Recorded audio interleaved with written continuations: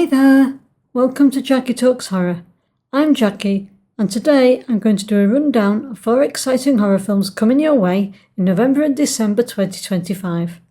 We've got everything from remakes of cult slashers to unsettling cabin stories, to long-awaited sequels, and even a little Christmas carnage.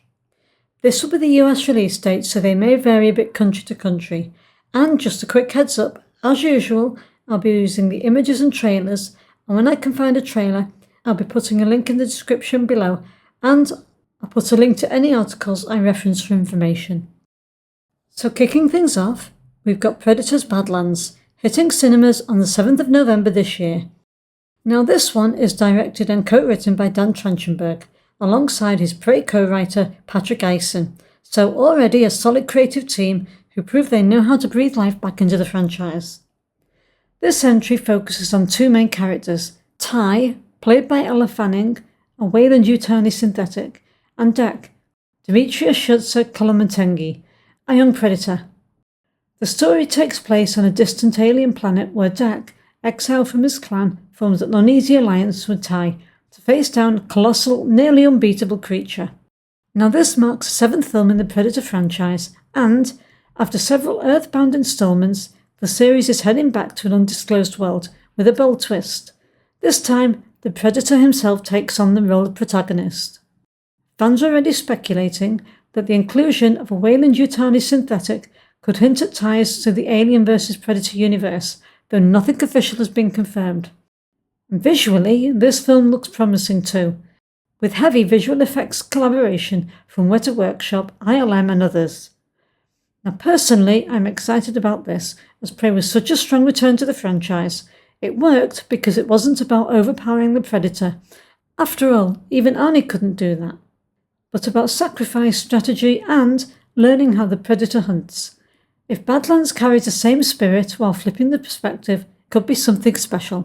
Next up is Keeper, coming to cinemas on 14th of November this year. Now this one's directed by Osgood Perkins, who you'll know from Longlegs and The Blackcoat's Daughter, and written by Nick Leppard, that's the same guy behind Dangerous Animals from earlier this year.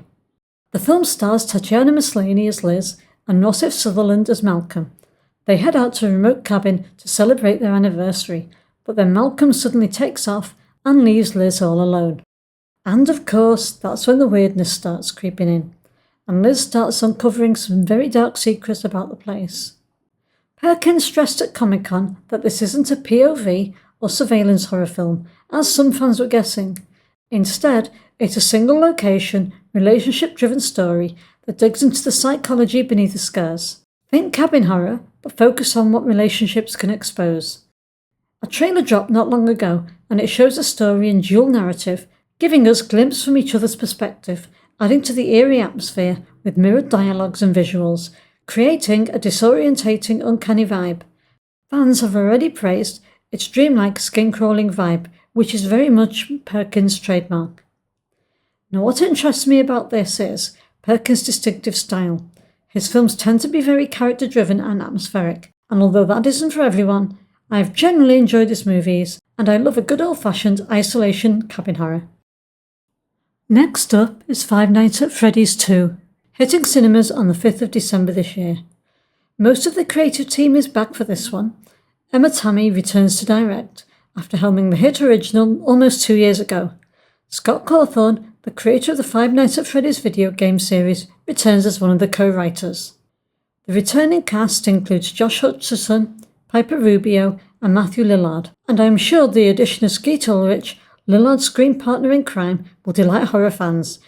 That's right, Lillard and Ulrich back on screen together for the first time since Scream. Ulrich popped up at the Comic-Con and joined the Five Nights at Freddy's 2 cast, but kept his role under wraps. All he said is that his character has a very particular past and a deep emotional tie to the story. Fans are already buzzing with theories that he might be playing Henry Emily, although nothing has been confirmed yet.